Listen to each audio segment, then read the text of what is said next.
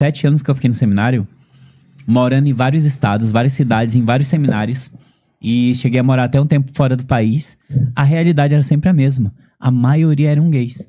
Então é uma coisa corriqueira. Sim, as pessoas falam pra mim, quando olham um livro, elas falam assim, você não pode generalizar. Deve ter um ou outro padre gay, mas a maioria é hétero.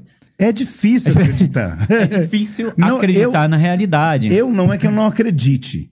Mas agora, conversando com você, eu não li o livro. Eu falei pra você que eu queria ler, mas depois eu não procurei pra ler, porque eu falei, não, eu acho que a conversa vai ser mais produtiva.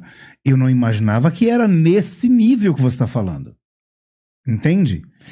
Os héteros são a exceção. Eu achava que tinha bastante, mas não nesse, entendeu? Desse tanto, como diz. Tem padres que escreveram livros sobre o tema. Padres Padres que morreram como padres escreveram sobre essa situação, sobre essa realidade da igreja. E eles, enquanto padres, afirmam, em alto e bom tom, a maioria do clero é historicamente, isso não é de hoje, tá? Homossexual. E aí a gente pode tentar estudar e desvendar os motivos pelo qual existe esse homoclericalismo, né? Ou, como dizem outros autores, a homossexualização do clero.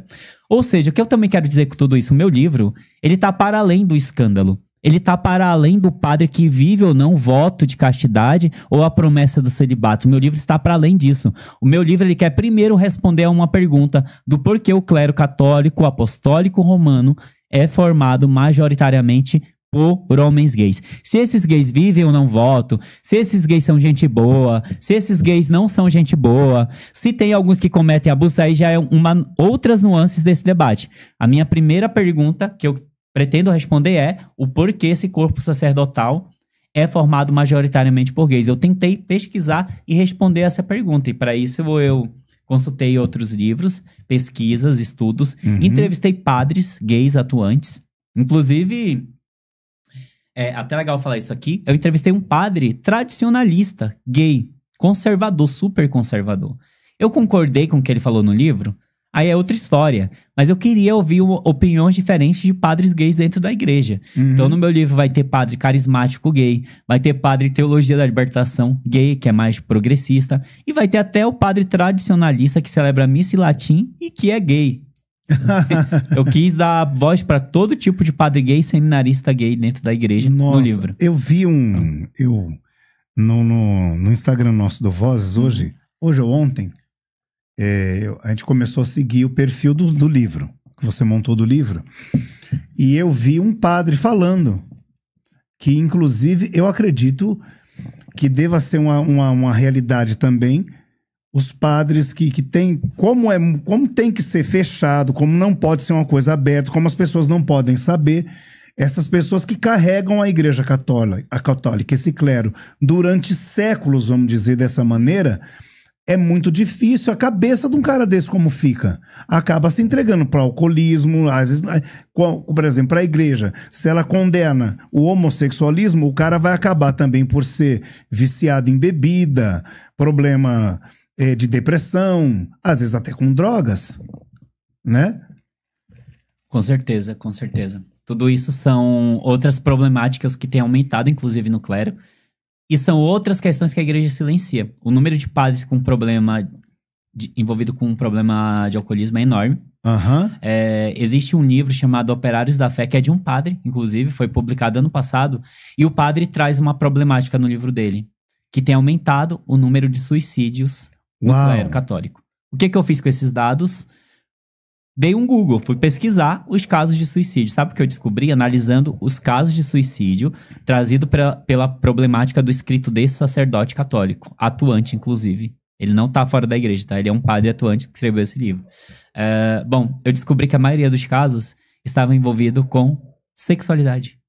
Padre, por exemplo, que começou a sair com um garoto de programa, história muito comum. E aí, o que o garoto de programa fez quando descobriu que o cara era padre? É só extorquir. Chantagear. Chegou um momento que o padre não conseguia mais manter, o padre foi lá e se suicidou. Super corriqueiro. Ou então um padre que brigou com um namorado, aconteceu alguma coisa, foi lá, suicidou. Padre também com problema de drogas. E até pouco tempo, eu tenho amizade com padres até hoje, né? Eu não sou um inimigo da igreja, assim, Eu acho o caráter do teu livro, pelo que você está falando, ele vem a ser muito mais informativo. Sim. Né? É claro que um debate também. Ele bate de frente com uma instituição monumental, né? Que não quer que ninguém fale disso. Não quer, porque aí é meio que tirar as pessoas indiretamente do grande armário que é a igreja. Ela é o grande armário da sociedade. E é a maior comunidade gay do mundo, né? Que quer viver às escondidas. É a igreja, é a maior comunidade gay organizada, milenar. E não é só de séculos, tá? Existe um outro livro chamado O Livro de Gomorra, do São Pedro Damião, e vai completar 1000 anos, tá? Daqui a poucos anos esse livro. Como que é o nome? O Livro de Gomorra. E neste livro, o São Pedro Damião, que é um doutor da igreja, ou seja, é um santo que ele tá na hierarquia dos santos em um grau mais elevado no céu, segundo a doutrina católica. Este santo escreveu sobre a sodomia nos mosteiros e no clero católico daquela época, há quase 1000 anos. 1000 anos 1000 atrás. Anos. Não é de hoje. A gente tem estudos da Idade Média e da Idade Moderna falando sobre o pecado nefando ou vício dos clérigos. Sabe o que era o vício dos clérigos? A homossexualidade. Generalizada na Idade Média e na Idade Moderna. Eu fiquei pensando em outra coisa. Não é nada de hoje. Pra te perguntar se você pesquisou a respeito disso. Vamos falar de Bíblia agora. O espinho na carne de Paulo, você já ouviu falar? Já ouvi várias teorias e falam, inclusive, será que ele era isso? Não tenho certeza. Ninguém sabe dizer, né? Mas eu acho que se é uma coisa... Porque a gente vê que a igreja... Vamos dizer da Bíblia, a Bíblia foi formada lá por Constantino quando ele cria a Igreja Católica, né? Ponto. Isso falando de uma maneira bem simplista. E... A Bíblia, do jeito que a gente conhece, ela foi montada, estudada, selecionada o que ia ser colocado ali para que desse o resultado que ela apresenta até hoje. Eu acho que é um livro fortíssimo, né?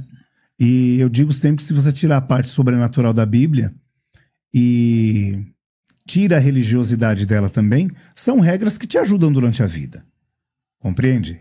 São regras que, se você cumprir, não todas da maneira como está ali, porque tem coisa que eu já não concordo mais. Quando era garota eu concordava, hoje com 50 e poucos anos não mais. Mas ela eu acho bacana. Eu acho ainda interessante.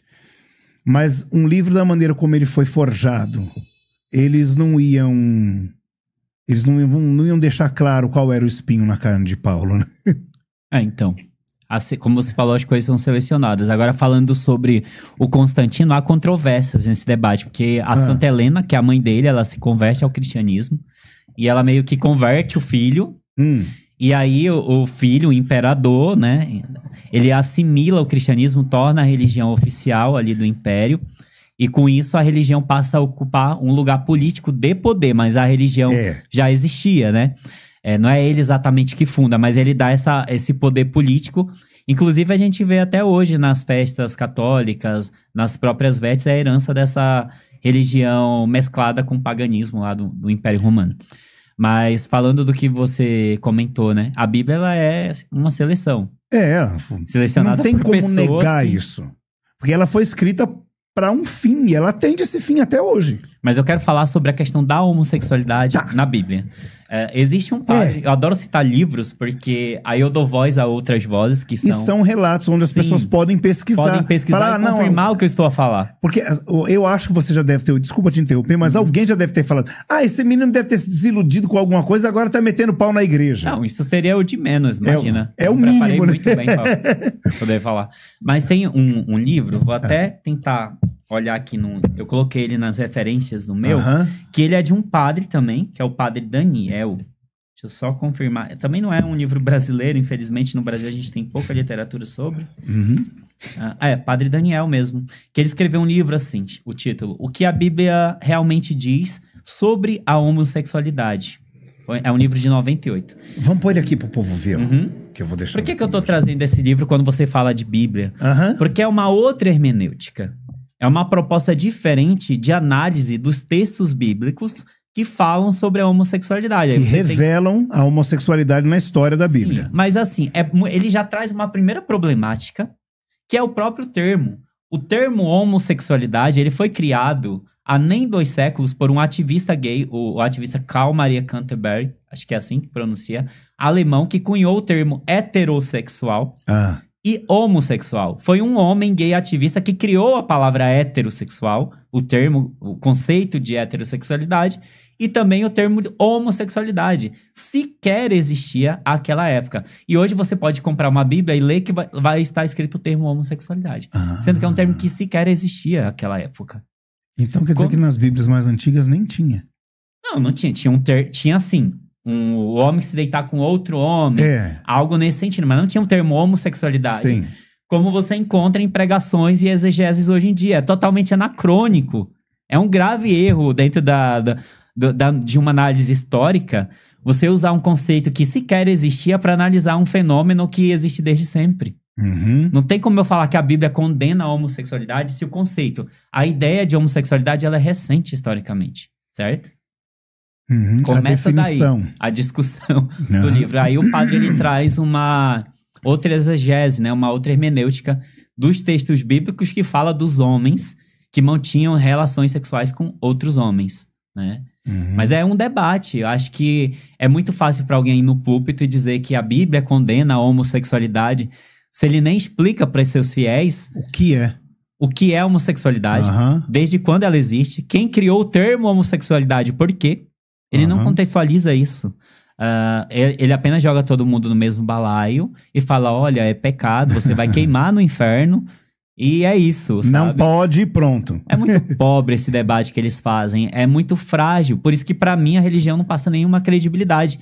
Porque ela não é honesta com as pessoas. E isso é muito forte. Você vê como isso é muito forte na cabeça e na vida da sociedade de uma maneira geral. Porque eu fui evangélico um tempo. Neopentecostal? E eu cresci desde pequeno. Acho que a maior parte dos pretos e nordestinos... Sim, é o público-alvo É o público-alvo do neopentecostalismo, né? E com 7, 8 anos a gente ia pra igreja e tal. Sim.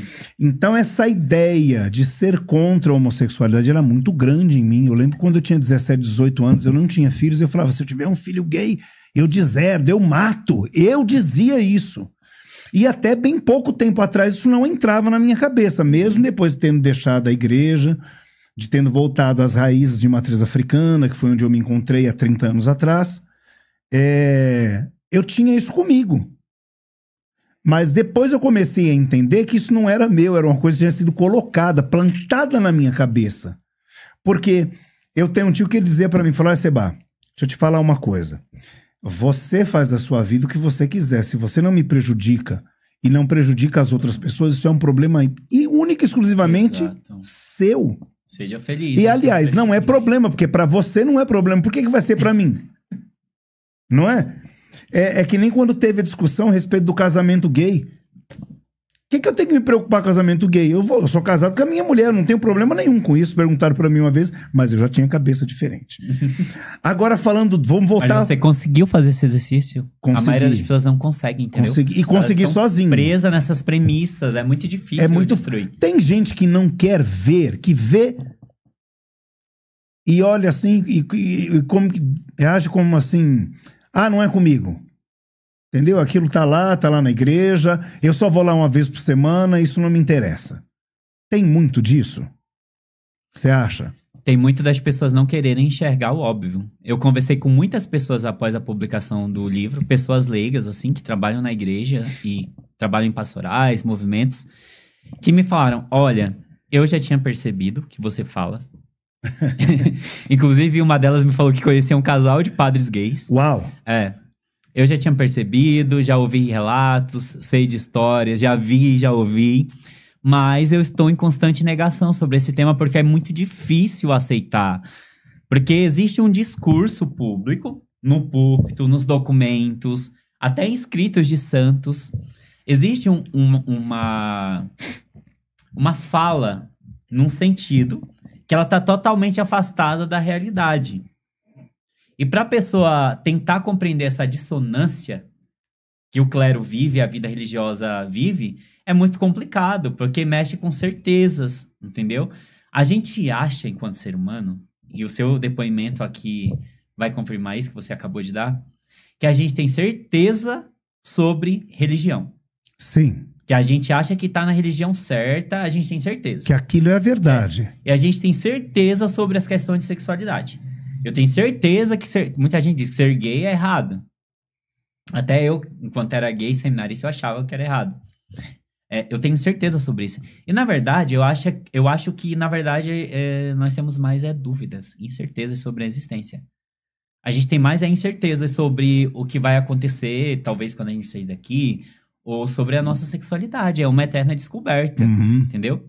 A gente não tá certo de tudo, a gente não tem a verdade. Eu acho que o ser humano, ele erra, ele falha, quando ele se pretende um portador da verdade. E a igreja é labrada dizendo que ela é a portadora da verdade, ela é o canal da verdade, ela tem a verdade suprema e tá todo mundo errado. É a igreja que fala a verdade. E aí, se você mexe em certezas, você abala, às vezes, a fé de pessoas que está baseada nessas premissas que elas têm como verdades absolutas, intocáveis e retocáveis, que ninguém pode questionar e abalar. E eu sempre estou falando, né, quando as pessoas dizem, você não tem medo de morrer ou das ameaças que você está sofrendo. Eu vi algumas coisas nas suas postagens dizendo a respeito disso. Eu acho que eu teria mais medo de morrer sem falar do que aconteceu comigo, da minha experiência, sem trazer essa verdade para o debate público, né? Eu acho que o escândalo verdadeiro é a gente acobertar as coisas e fingir que não tá vendo o que é a realidade. Isso que é um verdadeiro escândalo. E eu nem preciso afrontar, causar um escândalo à igreja, porque diariamente a gente vê na mídia os escândalos. Não sou eu quem provoco. É a moral sexual da igreja falsa que produz escândalos. Quando ela começar a tratar os padres com humanidade, dentro da verdade, quando eles começarem a se tratar com humanidade... Isso é desumano, cara. Sim. Como você falou no começo, se você nega a possibilidade do outro amar, do outro... É desumano. Exatamente. Deus é amor. A igreja prega Deus. Se ela prega o amor, isso é desumano. Onde está o amor nessa parada aí, nessa equação? Onde fica? Me parece que a igreja está bem afastada do evangelho do Jesus de Nazaré.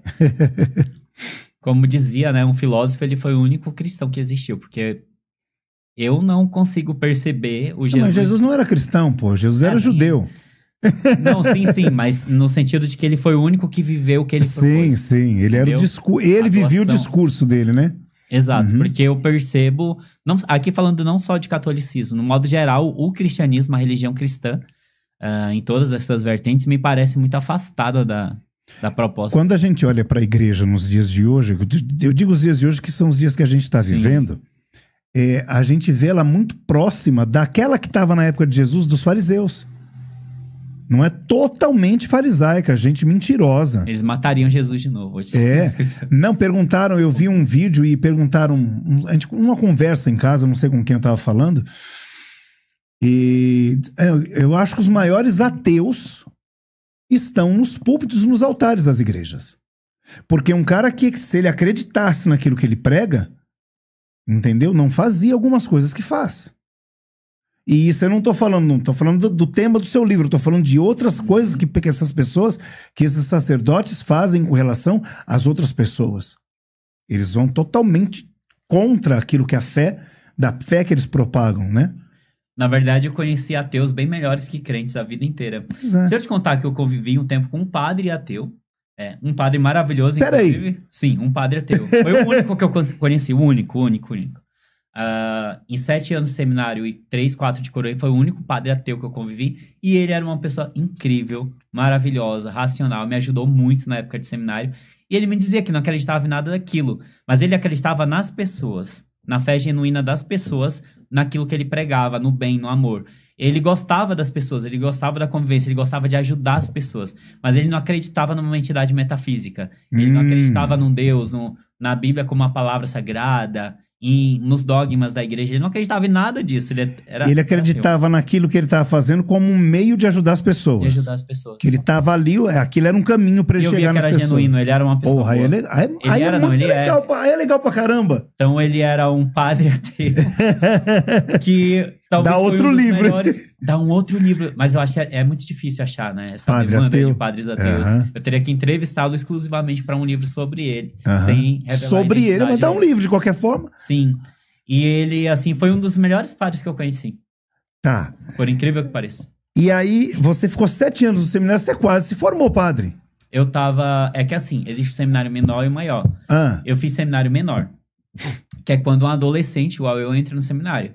Aí eu fiquei 4 anos no menor, não fazia faculdade ainda. Aí depois eu mudei de seminário, eu pedi pra sair, entrei em um outro seminário, eu fiz propedêutico, que é um período preparatório pra faculdade. Quando eu saí, eu tava na filosofia. Ainda faltava a teologia. Então, nas minhas contas, faltariam 4 anos pra ser padre. O padre Will falou que são 10, 11 anos de estudo. Depende muito, depende. Se for diocesano, no Brasil, geralmente são 7, 8 anos. 7 ou 8 anos, depende da diocese. Se for na Europa tem seminário que ordena em 5 anos. 6 anos. São 2 anos de filosofia e 3 de teologia. Agora, se você for de uma congregação ordem religiosa, é mais tempo. Na primeira congregação que eu tava, seria 13 anos pra ordenar. 13. Nossa! É muito tempo. É muito tempo. E é isso, demora, né? Uma formação... Aí eu acho a formação católica até mais séria que das igrejas neopentecostais. Eu acho magnífico o estudo de um padre. Isso é levado um pouco mais a sério, esse tempo de estudo, né? De formação. Eu acho que a igreja católica, quando você vai ver o tempo que o padre fica, estuda para ser ordenado... Você volta lá em Moisés, pô. O que os faraós estudavam, eles estudavam todas as religiões do mundo para poder ter autoridade em falar e tem que ter conhecimento para se fazer certas coisas, né? Sim, com certeza. Então não adianta. Eu acho que até aí tá certo, é legal. Sim. É bacana. E em que momento você decide deixar o seminário? Em vários momentos eu decidi deixar o seminário. Não, mas quando você deixou mesmo. Eu deixava e voltava. E por quê? Nesses 7 anos eu saí 3 vezes e voltei 3 vezes. Uau. Aí na quarta foi definitiva. Mas eu